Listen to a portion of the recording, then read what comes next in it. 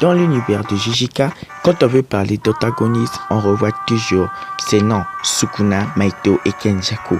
Mais il existe un antagoniste oublié qui, selon moi, aurait dû être l'antagoniste principal de Jujika. Ce personnage n'est nul autre que Suguru Geto.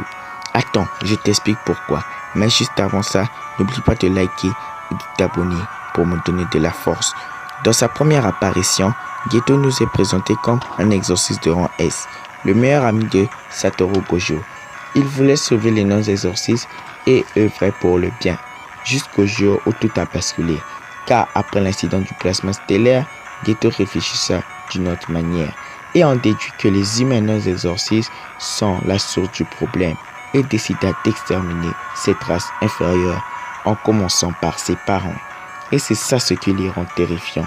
Geto ne détruit pas le monde pour le plaisir, non, pas comme Kenjaku, mais il pense faire ce qui est juste, contrairement à Mahito qui fait des expériences pour le plaisir et Sukuna qui est né mauvais. Geto lui souffre, il doute, il a perdu foi en l'humanité. Et les gars, nous savons tous qu'un antagoniste qui a raison sur certains points est toujours le plus dangereux.